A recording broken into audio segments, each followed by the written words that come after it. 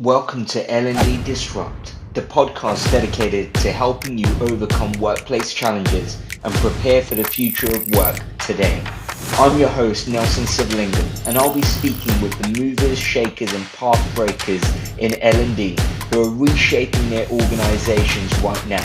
Join us each week as we delve into the highs and lows of work in the industry to get to the real nitty-gritty stuff that you actually care about.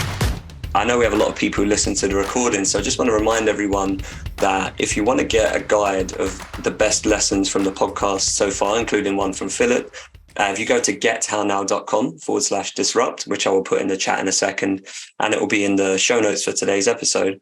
That is a free guide that collates some of the best lessons we've learned from all the experts we've had in the show. There's 37 of them.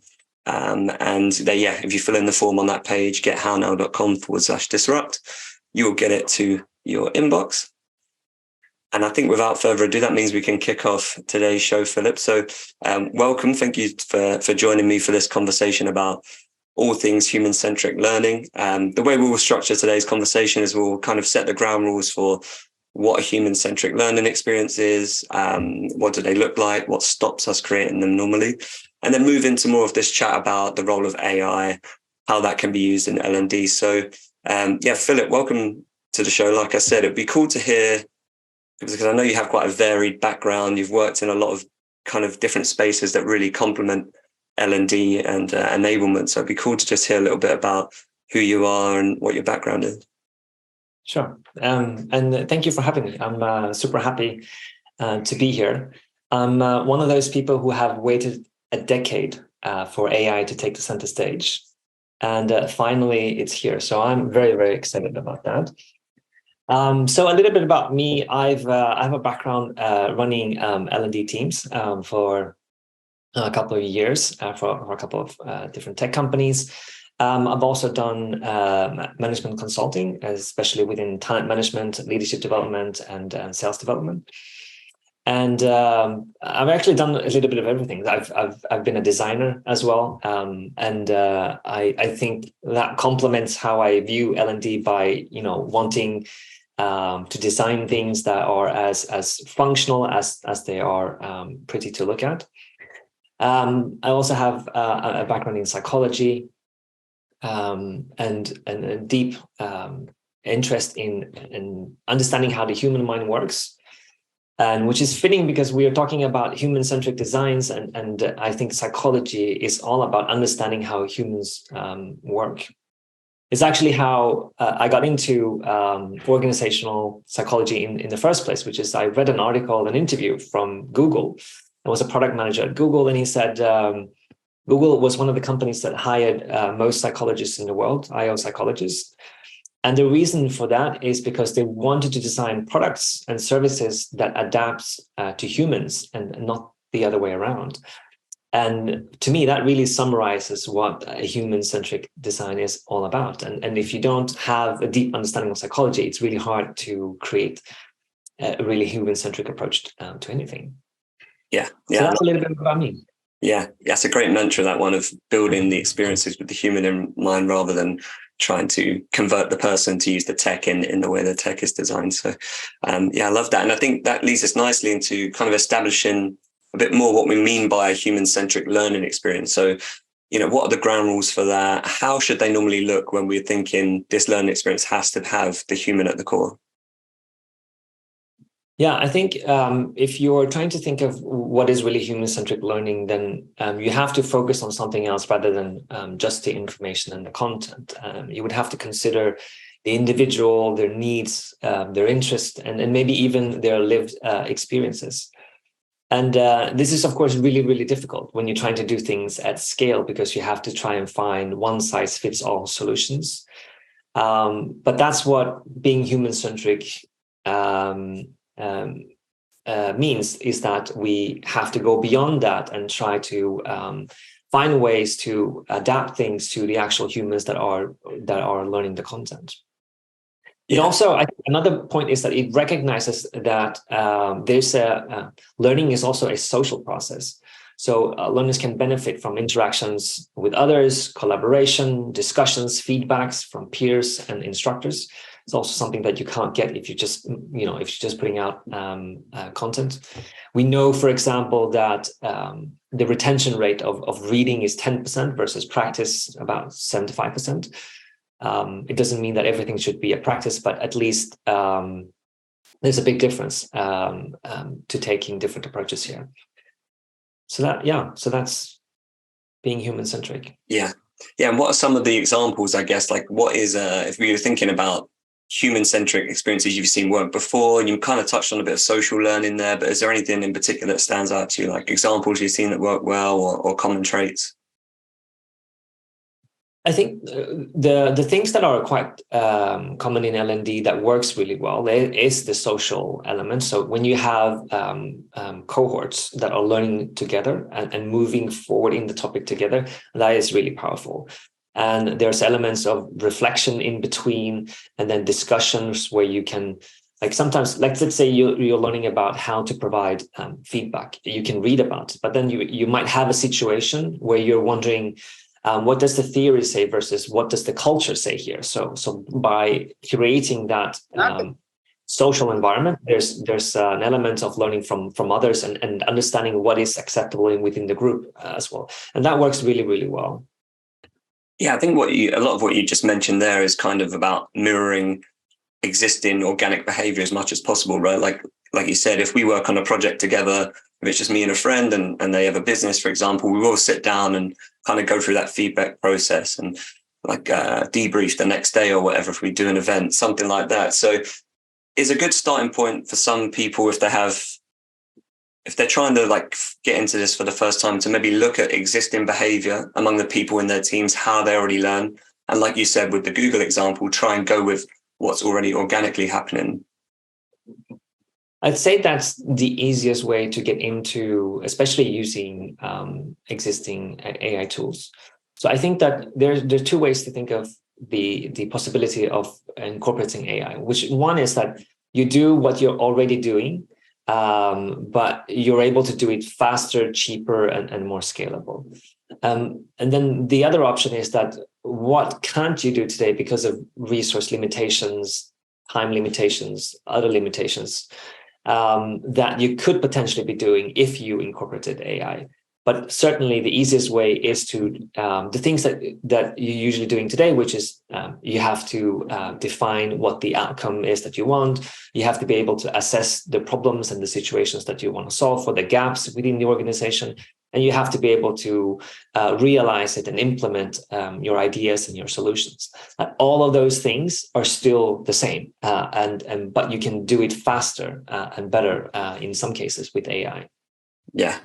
And part of that you just spoke about there is this idea of tapping into people's motivations or their pain points and goals. And I think sometimes what's missing from this human-centric conversation is the context angle. So, for example, if we think human-centric learning, we might go straight to learner preferences or learning styles, or how do we best give feedback to people? But context is very much part of the conversation as well, isn't it? Because if we create experiences, learning experiences, they need to think about how and where is this going to be applied and what's the goal that someone's trying to get to. So I guess it's maybe a wider thing than just on a personal level, how does this person work? It's also, what are they trying to get to? What's stopping them getting there? And like, what is the context of how that journey happens? Yeah, I agree completely. For example, me personally, I don't believe in learning styles. I know a lot of people talk about that, but there's also a lot of research showing that you're not, just because you prefer something doesn't mean that you're actually more effective in learning it. However, a great example of context could be that you're learning things that you don't need to apply. So maybe you don't need it right now. You need the information 6 months later. And can you provide the information or the learning at the right time? That's a great context to have, for example. So being able to provide content at scale and at the right time is I would say equally as important as just tailoring to the individual. Yeah, there's an interesting part that I hadn't thought about before there, but when we say human-centric, we often think of the person is happy, we have a great relationship with the person, but, like when you're a kid, there's some things that you prefer to do and you want to do, but your parents give you that tough love because that's what's going to be better for you in the long term. So I guess there's this element as well that maybe there will be friction as well in a human-centric learning experience, because there's friction anyway between our actions and outcomes, how we interact with people. Is that something you've seen as well in the past? Well, I think that's a great example. It's similar to how, if you think about employee engagement surveys that we design in the workplace, where some people might want to think of it as make all employees happy all of the time, while the purpose of the engagement survey is to create commitment and engagement at the company level. And if our job is to, the job of the L&D is to accelerate execution and performance. And so when you're thinking about human-centric approaches, it's about how do we create moments and programs that helps us improve performance faster for people. And that will in turn make people more happier. Instead of thinking what do people want to learn and then give them everything they want. No, yeah, I couldn't agree more. And I'd love to know in the chat actually of how people see this, whether they've seen it happen before, that the preferences aren't the thing that drives the best outcomes, or how you've kind of approached that in the past as well. I guess another part of it, we talked about what an experience is when it's human-centric, how we need to use context. And the other thing is that we need to design systems to be human-centric as well. So you mentioned this point to me before, that often we build content with people in mind, but sometimes people might neglect the system. So for example, we know that people spend hours looking for content and can't find it. And that's often an indication that people have a desire to learn, but the system isn't allowing them to find the content. So how can we kind of also approach systems with this human-centric mindset? Yeah, I think that's a great example. I think that so there's research showing that up to 2-3 hours per day is spent on average per employee to just wait for information to come to them, or for them to search for information. So there's a lot of wasted productivity by not having access to the right information that you're looking for. And because in L&D, we are that gap in providing both training and information, sometimes that could be something that we could think about, when people need to find stuff, where are they looking for that? Because the behavior is there. We know that people are spending hours looking for things. Where are they looking for it? Who are they asking? And do we have a solution today? Maybe we have, let's take a normal example, where we have an LMS and we put stuff in the LMS, and then we have maybe Google Docs and Google presentation slides and everything so we put information everywhere, and then it makes it very, very difficult for people to jump in between different systems. I like to think of this example where, when you're trying to buy something online and you're shopping and then you go to the checkout and you want to pay for it, and then you realize that your credit card is in another room in the house, and you just put down the phone because you're you can't be bothered by standing up and go to the other room and pick up the card. So that's how even the slightest friction can change your behavior. So think about how much friction your organization has. How many different systems do you have? Where is the information managed? And how do you think about knowledge management in general? How easy is it to find stuff? How easy it is to ask people?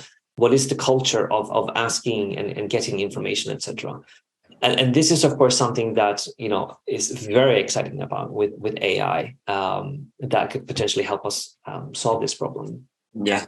Anyone who joined or listened to last week's episode, we had a similar conversation about human nature is to find the path of least resistance. And like you said there, even minimal friction can deter us from persisting. And it will happen, like you said, if we're ordering something online, if we're trying to learn or find a resource in the flow of work, all these little moments of friction could actually deter someone. So I guess that is part of it as well, isn't it? Thinking about removing friction for people so we can enable that human nature to find the path of least resistance. Another interesting thing I just wanted to chat about on the other side of it is, are there any telltale signs that a learning experience hasn't been designed with people in mind? Are there any common feedbacks we're going to get? Any common outcomes that show actually this piece of content or this course hasn't been structured with the person at the heart? I mean, there's a couple of ones that I think are quite common. One is I've never heard about that, or I've never seen it. Another one could be I did it, but I don't remember, or I didn't understand it, and I have to ask. So you have to ask a bunch of follow-up questions after doing the training. Or it could be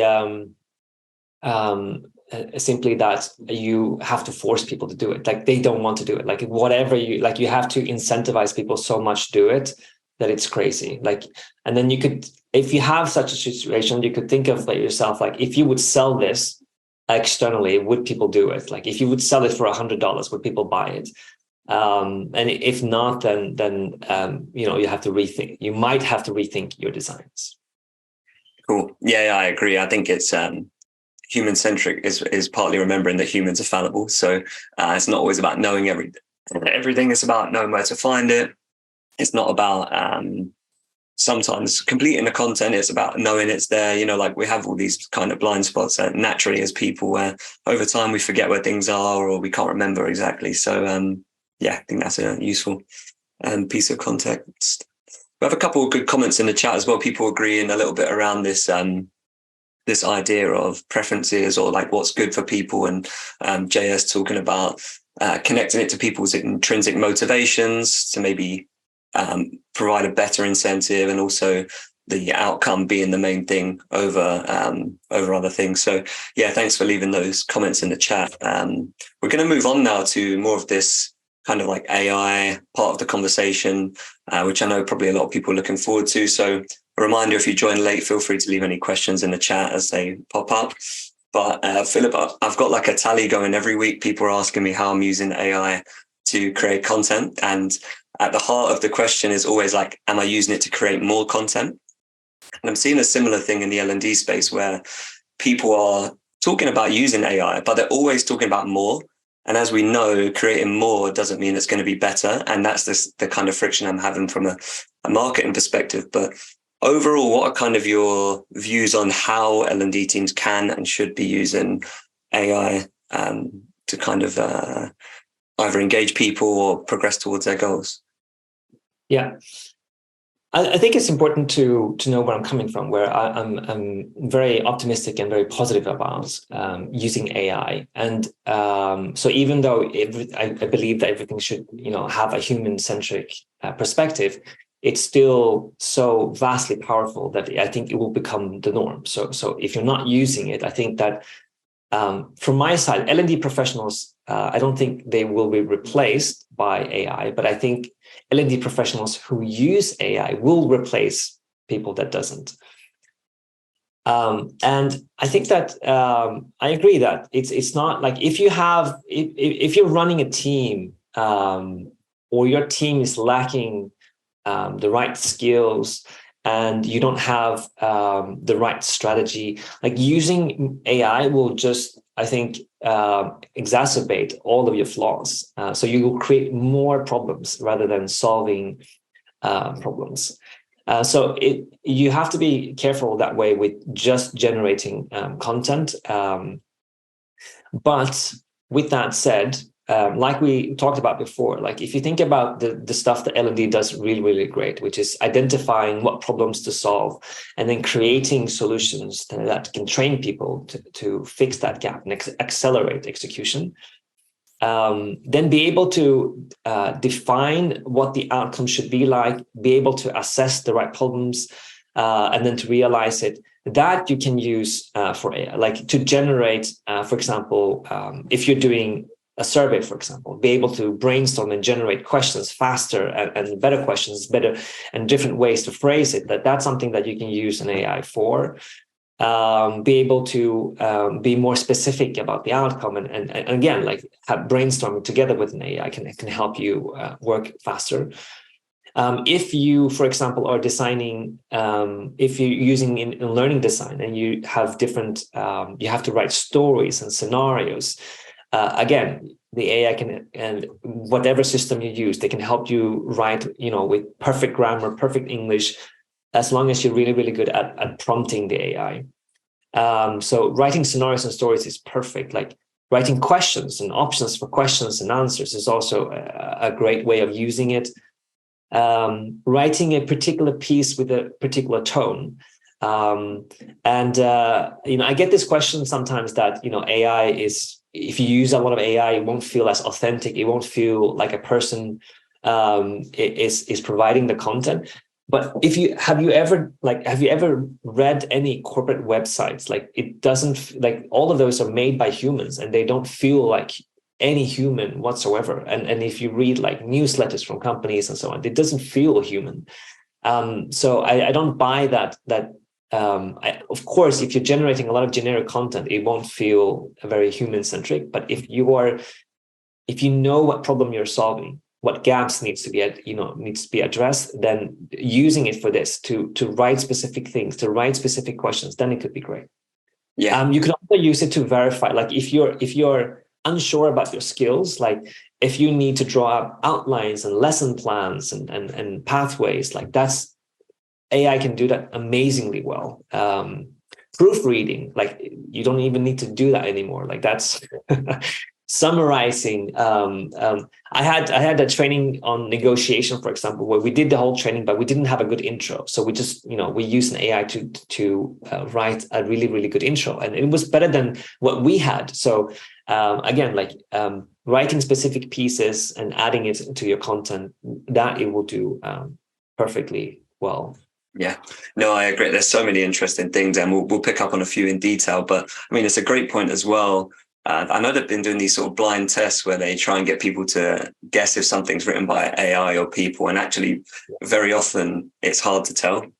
And you're right, actually. I mean, if you go to like 80% of websites and look at that little 3-line thing at the top, I have no idea what most of these companies do a lot of the time. So because they're not writing it like a human, are they? So it's a bit of a nightmare on that one. But I guess the most interesting point there is that if you don't have the fundamentals in place, then you're just going to scale your problems, like you said, right? If we talk about the thing that we spoke about earlier, discoverability is a problem. Well, if we just scale content creation, we only exacerbate the problem of discoverability. Or if all of our resources are not specific, they tackle like 10 subjects, and then we write our prompts to tackle 10 subjects. Well, we're just going to scale the amount of content that's ambiguous that people can't use. So is it kind of as simple as, before you even get into this point of maybe testing out AI, you just make sure you have all your ducks in a row, all your principles are right, you're operating with the same, like the core fundamentals that will make you successful? Yeah, AI won't replace a really good L&D strategy. So you still need to get your strategy right. Although AI can help you define your L&D strategy. I think if you Google L&D strategy and AI, you will see examples of how people have used AI to give different prompts to actually help them define and summarize their strategy and create their strategies. I agree. I think that your fundamentals, like for example, if you're focusing on the learner experience and the employee experience, and you're using design thinking as one of your core principles to design your trainings, and you're using agile principles to design and iterate, then adding AI to the mix will just make you, it will create a superpower for you. Like I've seen examples where, like, are you familiar with design sprints? That's created by Jake Knapp, from Google. So normally that takes 5 days to do, and that's amazingly fast to be able to prototype and then test something with real users in 5 days. I've seen people do it with AI in 4 hours instead of 5 days. So you can replace some of those elements where it's just about brainstorming and moving forward and summarizing and analyzing. Like you can add to your processes that already works, and then you can make them substantially faster. Yeah, I think that leads us nicely to the next topic we wanted to get into, which was, I guess, the mindset of approaching how you use AI. And one of the things being, can it help us test ideas at scale and test ideas faster without investing a huge amount of resources into it? So, say a big problem for us is the amount of deals we close. Could we test whether content around enablement works by creating stuff quickly using AI and then rolling it out to the team, rather than, like you said, that's what would be potentially a 5 or a 10 or a 15 day process to get that to them. Is that kind of, do you see that as well? It's a useful way for us to test. Absolutely. And the whole testing process, which is be able to create, you can create different customer profiles, personas, like to be able to test it against them. Like the AI can do all of those things already today. And so definitely the whole idea around like brainstorming and testing at scale really works well with AI. Yeah, and I guess the other thing as well is we still need to set the same principles. Like we spoke about principles before, but it's how are we going to measure if the test works?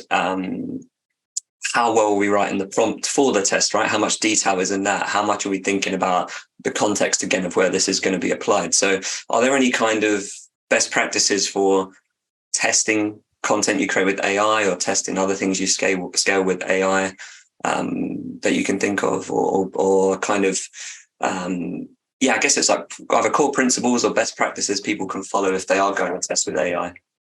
Yeah. I'd say, first of all, just say that this is still fairly new. So you will have to live with a lot of experimentation when you do it. But there are a couple of things that might help you, regardless of which system you use, which is that whenever you're using AI to generate, whether it's content or brainstorming or otherwise, you have to be very, very specific about what you want as the output. Like you can prompt the AI which format and which way you would like it to give you the information. You also need to give it as much context as possible. You can almost tell it, you're the CEO of this company, this is what's happening. You can tell it, the target group and the audiences. You can give it a specific role to the AI. I just said, you can tell it to be the CEO, you can tell it to be the facilitator, you can tell it to be someone else. You can also pay very, very close attention to the verbs that you're using. So sometimes when you're not getting the right output, you can change the verbs. So use a thesaurus to just change out the verbs to see if you can get a different output from the AI, since it listens very closely to verbs. Another thing is that you can try chained prompting, which involves breaking complex tasks into several intermediate steps, so that it can generate more concrete examples for each step instead of telling it to do the whole thing. You break it down to different blocks, and then it will be able to generate those as a chained command instead. Yeah, I love that last point, because we know that a problem is often that the right information is buried within a huge PDF or a long video or something like that. So breaking down the prompts, I guess as well, it leads us nicely to sense checking content. So, we know anything, it's not a silver bullet. It's not just going to spit out the perfectly formed piece of content every time, is it? So like you said, maybe we need to go back in and change verbs. Maybe we need to add more detail around what the role or the problem someone's facing is, or the outcome we want it to achieve. So I guess you have any thoughts on that around sense checking content? When do we know if that content's ready to go out and test with other people? I think you summarized this well enough. The sense checking you can do yourself mostly after I think the usefulness of the AI is around the first steps of making sure that you have end up in a place where you have something to show someone else, whether that's a process or a content. And then I think this is where L&D is still really, really important. You need to sense check. You need to be able to look at it and see, is this really, really good? You could basically, you could design a product market rollout in 30 minutes, but you still need to be able to look at it and say if it's good enough to go out and be tested in the real world. Yeah, and I think part of the equation, I guess, is that AI is using existing content to kind of predict what's going to be useful. But that doesn't mean that, although it probably has a high success rate, it doesn't mean every time you get it, it's going to nail it. So you might need to add your own context into it. You might need to see if it works and then come back and iterate again, I guess. Yeah, I agree. Although it's not as like I also want to point out, like, some of the stuff that we're seeing already today is very, very, very close to magic. Like it's almost impossible to tell, like, could a human have done this even better? I love the example that I saw, I think it was last week, where someone took his dog to the vet, and the vet gave, I see you smiling because you might have seen this example where, and the vet couldn't help the dog.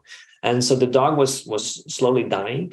And so what this guy did is that he thought about, like, who is very, very good at analyzing a lot of information. So he took all the test results of the dog, all the context about the dog, gave it to ChatGPT, and then asked ChatGPT what sort of, what could this be? And then it gave him 4 different conditions, and then it took it back to a different vet and asked if this could be the right condition, and it was, and then they were able to save the dog, and just tells you how although that's not ChatGPT is not a clinical physician.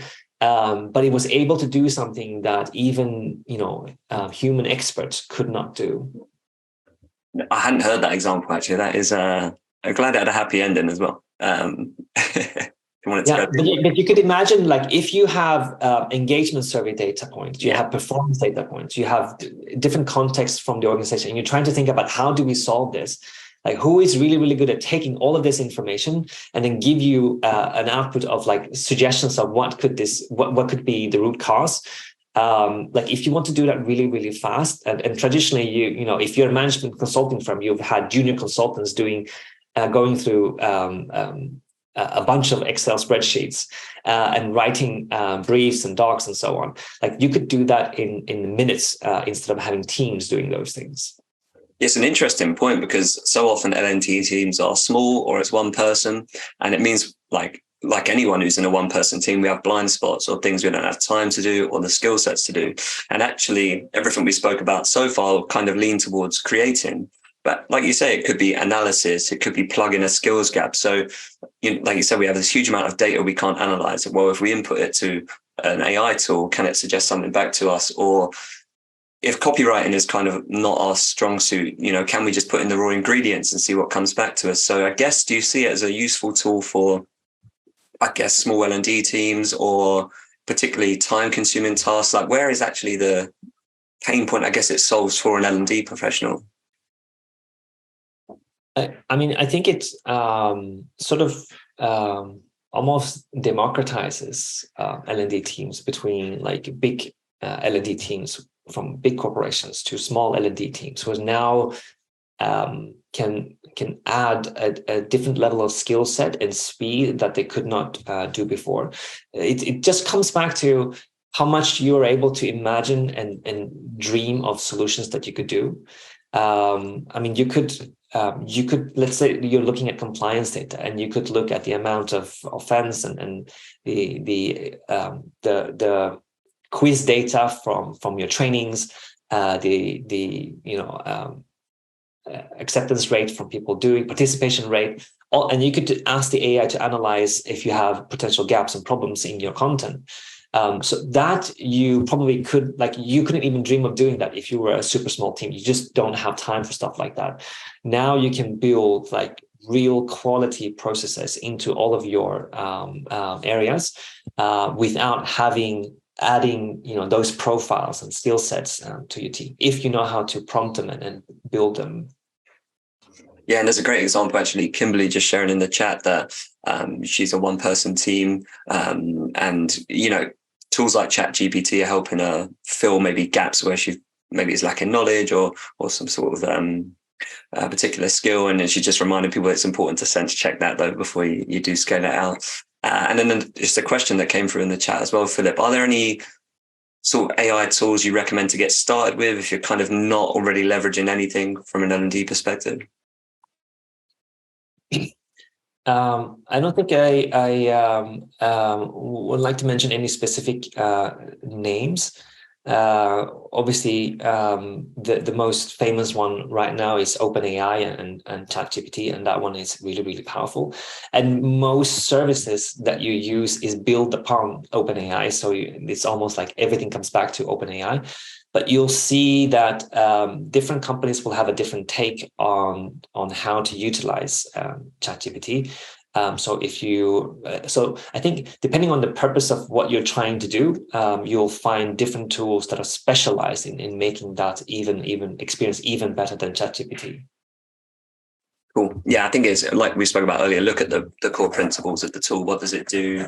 Is it going to align with what your goals are, and then try and tap into that and scale it, rather than, I guess, aiming for a particular tool just because other people use it, which is sometimes what we see being a problem in L&D generally, isn't it? People just start using a particular tool or doing a particular thing because other people were doing it. So yeah, I really like that kind of reminder. I know an interesting thing here is, and I feel actually like the conversation so far has twisted my perspective on this question that I wanted to ask you anyway, but we don't want L&D to become kind of like a faceless, kind of cold, not very warm function, right? Like we had a good conversation ages ago about keeping the human in HR. I wonder if there's a similar thing here, because I read quite a few articles before today about ChatGPT and L&D, and one of the common themes was using it to provide feedback. And I can understand, given the conversation so far, where that's useful, but you also don't want to get to this point where you're prioritizing saving time and efficiency over relationships. Because if I ask you to do a 10-hour course and then I use a tool to provide the feedback, does it feel a little bit like I'm devaluing your time or the effort you've put in? So I'm curious, just generally speaking, do you see that as a concern, L&D losing that like warm and fuzziness by automating too much? I think you're asking the wrong person. I'd like to see less of my face as much as possible. One of the reasons why I've waited for AI to take the center stage for 10 years is because I ran a coaching program 10 years ago, and I collaborated with a company that we were just having a conversation about what AI could potentially do for their platform. And they had a guy who was just about to start starting his AI education at Stanford. And so what they helped us do was that we had coaching training with our managers. And then afterwards, we knew that the problem was that to follow up and make sure that they actually use those new skill sets and implement it into the culture that we wanted to coach employees and follow up on it. We couldn't just continue to run very, very expensive sessions and also fly people from all over the world to these sessions continuously, as we were not big enough to have like training teams in each continent. But we weren't small enough to not do anything. So we had to fly people. But doing multiple sessions with the same people was just like wasn't scalable, not for the environment and not for us as a company. And so this tool in particular helped us to follow up with each individual by asking them coaching questions to see if they got stuck anywhere, if there was something that they couldn't do. And we were too early. Like we really liked the idea and we wanted to try it. This was the closest thing to AI that we had back then. And that was really faceless. That was too faceless, where you felt like you were talking to nobody. And so the automated tool would ask you a bunch of really, really good coaching questions. And then you as a manager would type something back, and then you would get some sort of generic feedback based on your response. And it didn't feel right. It didn't feel like you didn't want to put in more information because you didn't get as much back. What you want is a situation on a product where if you're going to use AI to provide feedback, if I give you something, I want 2x back. So if I take the time to give you, and I know that it's a robot, it has to be 2x, 3x, 4x back in value. And so think of it as I don't think it will replace and make L&D faceless. You'll still have high value programs. You won't do AI with all the executive programs and so on. But if you're thinking about, like, let's say you have 500 managers, you won't be able to train all of them properly over the course of a year. So you can do stuff that you haven't been able to do at all. And that's where, if you think about the best case example that I can think of right now is Camigo from Khan Academy, where their AI can now give personalized feedback. And so if you have something that you're trying to, let's say you've just done a course on radical candor, and you want to see if people are able to give feedback. And then they have specific scenarios where they want to ask, like, could I say this in a situation? What do you think? This is something that you would want to cover in a group conversation. But let's say you don't have access to that over the course of the year, but you could ask someone, an AI, to do that. And then you could get a tailored answer based on that context. That would be so much better than nothing at all. Than you telling someone to go to an FAQ or take the course again, or like that is such a much better experience if you have a product similar to that. No, I totally agree. It's interesting. I guess there's a principle running through all of this, which is about using it intentionally and establishing where you need a human touch. But then there's also that angle of, if we're a small team, or like you said, that we have hundreds of managers, is there a way we can do this consistently, right? So like an example that I've given on the show before was Walmart had like 60,000 managers across America, and they were trying to give them guidance on how to order from suppliers who were the most environmentally friendly. So although they did this manually, they created this scorecard that allowed people to yes or no whether they should use a supplier. And that's something you could scale with AI, right? Like, what's a common theme across a huge group of people? How can we solve that by using AI to scale the answer, I guess? Yeah. Another area that I'd like to add, if case there are any business owners in here who are thinking about implementing AI to their products, that I wished existed already today at a level where it's good enough. So if you're thinking about, like, when you're trying to learn stuff yourself, and especially if it's self-directed learning, and you're reading and you're watching content, whatever it is that makes you motivated to do so, like, it feels quite natural and it feels inspiring to do it. But whenever a company asks you to do trainings, there's also this, often when we design stuff that is very, very similar to e-learning, like there's a bunch of content and there's a lot of questions and quizzes and multiple choice. And I've never seen a training with, a lot of multiple choice questions that feel like this is so inspiring. I wish I could do this more. I wish I had more of this. And so it feels like the reason why we have multiple choice questions is because we don't have anything else. Like, we don't have anything else for you to stop and think and test yourself. But if you had, for example, open-ended questions or scenarios where anyone could just type anything based on how they reflect and think about that situation, and the AI could take that content and give you personalized feedback, that's what Camigo at Khan Academy is doing right now.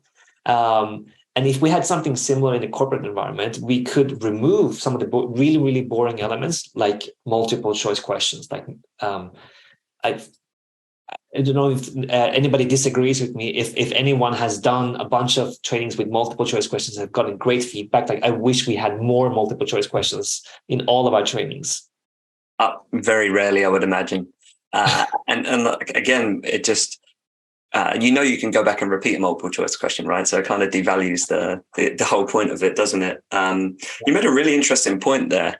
I guess we're kind of at a crossroads between, we have these tools now that are accessible to us, and sometimes we're stuck in these old ways that no longer work. So is this kind of a good point for us to reflect and go, this no longer serves us, this actually does work? What does our data tell us about what helps people transfer knowledge into their role and therefore be successful? Is that kind of a good opportunity for us to, like, take stock of what actually still serves us, and where maybe AI could come in and just replace some of these things that no longer really are fit for purpose?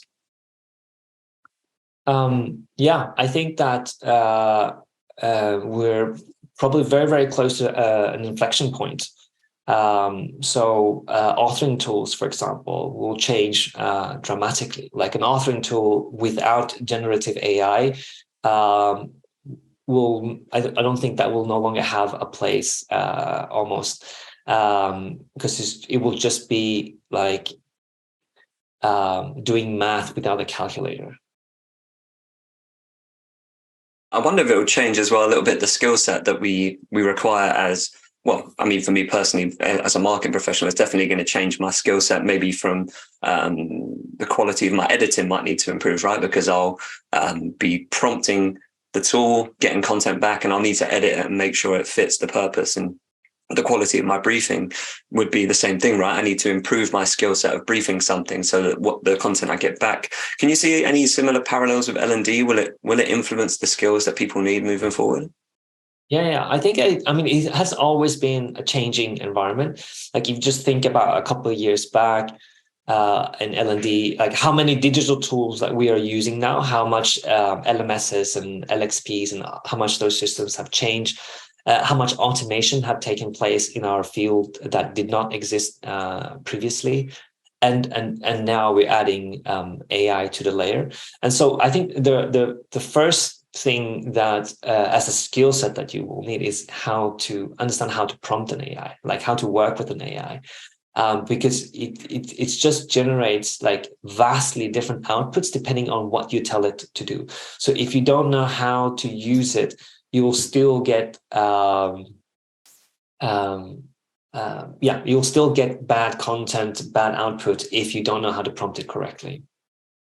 Yeah, and I guess we spoke about it a little bit earlier, but I'd like to get into those kind of best practices or ground rules for a good brief. But I just want to remind people that we're sort of 10 minutes before the end. And if you have any questions, feel free to drop them in the chat now. But if you had to give people sort of 2 or 3 pieces of advice or steps to follow when they're writing a prompt, what would those be? Just thinking if I have anything else besides what I said before, which is be extremely specific. Although like most tools are very chat-like, they still are listening to specific words that you're typing.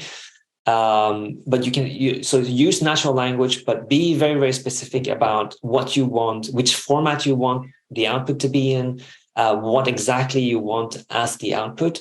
So be clear about, like, do you want it to focus in a specific area?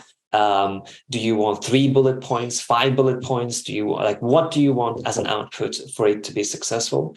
Give it as much context as possible. The situation, the company, whatever you can tell them. Also tell it what to avoid. Like, what don't you want it to do? Define its role. Like, if you want it to be a certain person or think of something from a certain perspective.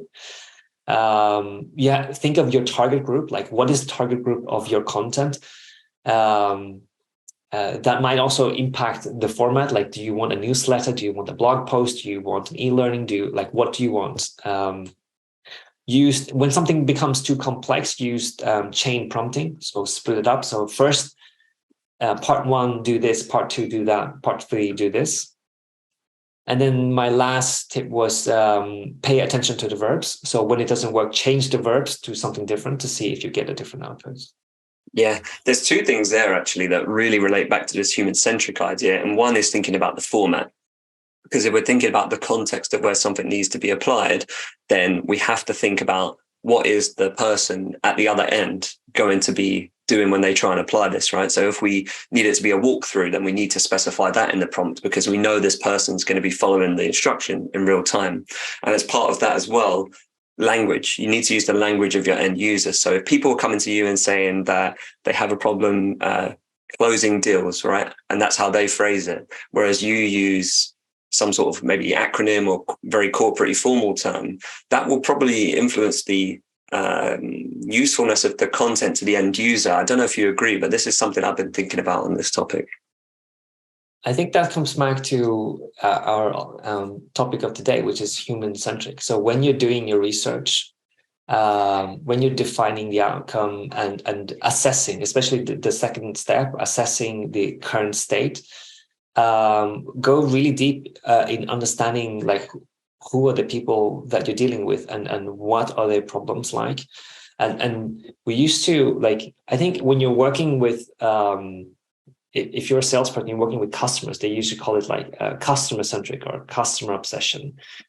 And for us, it's learner obsession, like understanding what are the obstacles and challenges to learning the content, and then be able to tailor the content towards. I think that goes even once. I think someone mentioned before that tapping into intrinsic motivation, that is really helpful.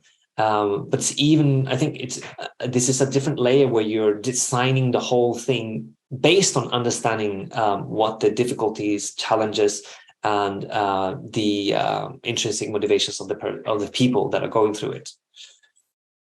Yeah, I totally agree. And actually, an interesting concept here is that we view it as something that saves us time or energy. But what we need to make sure is that we don't then skip the time and effort we put into other parts. So we talked about the prompts already. We talked about the analysis. We talked about understanding the problem.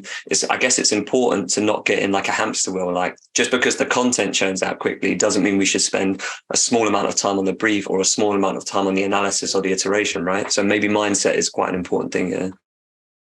Yeah, if you, I mean, this is, I think most people on this call, they know this really well already. But if you don't know what problems you're solving for, like generating more content isn't going to help. So I think you can be quite comfortable with AI not replacing you completely, or not being close to replacing you, and your skill sets and being able to identify the root causes, performance issues, and gap analysis, all of that is still on you, but you can do it just 10 times faster.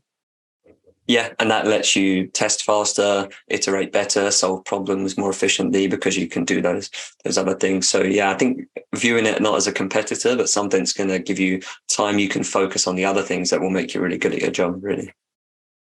I think even like in some if you're a really small team, like in some cases you might have avoided doing some of these things because of time issues, and now you don't have an excuse anymore. So now you can actually act like you're a big team. Yeah, how often do we hear that time is the issue? And if you're able to use AI to save yourself time that then drives more impact, you build a better business case for what you do as a function. So there's a lot of these carryover benefits if you're able to use AI quite intentionally in what you do as an L&D team. I like there's a quote from Megan Anderson. She's the CMO of Jasper AI. And she said, AI has done the impossible and given us seconds and hours back and days back into our lives. And so what we do with it is on us. And that is it's not a technical choice, but a human one. That's a lovely way of putting it. We're really close to the end now, Filip, and I know people will need to kind of drop off, but is there anything we kind of missed that you think is worth flagging, or any sort of final thoughts that we didn't maybe cover today that you'd like to share with people? No, I think that, one thing, which is that I'm so excited about this topic. I want everyone who started out to, dream as big as possible. Like there's so much possibilities with this technology that we still haven't seen. And it's up to us in L&D to think of and dream of the things that it can be done so that we can build it. But right now, I think the biggest constraint is just our imagination. Yeah, and I guess just a final follow-up question. How much of that is about ditching assumptions and leaving behind, this is the way we've always done things? Because if you assume that something already works or doesn't work, you won't test it to its full capabilities. If you have this unmovable faith that something is the right way to do things, you also won't test this. And we know that often early adopters are people who win, right? Like if you were one of the first people to get on TikTok and understand the algorithm, then that gives you a great head start to one up other people, right? So as part of it, just to go in there with no assumptions, have an open mind, and try and really think big. I agree. I couldn't agree more. I think that if you, like I said before, I think what we're seeing right now is very, very close to magic, and I think your assumptions, if you're not using it because you have certain assumptions about AI, I think it's time to challenge those assumptions and see what the technology can do today, because it is something different. Like this is game changing. Absolutely. I've actually just thought of one final thing I wanted to ask you about that wasn't on my notes, but I don't know if you saw this thing a while ago now where I think it's called like radio AI or something like that. But essentially it took like all of the footage you could find of Joe Rogan and Steve Jobs on the internet. And then it created this fake conversation between the two that sounds like incredibly realistic. And like this comes back to this big thinking, right? Because if we want to really bring a piece of content to life, could we get our CEO, like we've got all the recordings of him speaking, can we then use the AI to actually feel like he's talking to us with this topic? Like, I guess, is that the kind of thing you're thinking of when you hear like think big and be open-minded? Yeah, of course, that specific one might linger on certain ethical conversations as well about AI, but certainly, like when it comes to, like, we've all seen like the Midjourney AI create this phenomenal pictures that you cannot tell the difference from real photos and what has been created by Midjourney. I saw one, and there was one that blew up this weekend with Trump, President Trump being arrested, and what that would, so Midjourney would just create photos of what that would look like, and it just looks super, super real. So what I think, I mean, if we're trying to think about something positive that these could be used for, but basically, I think we're not far away from having technology where you can, in L&D, where you can prompt the AI to give it all the context it needs, all the data points it needs, and what you want as the output, and it will create the whole training for you.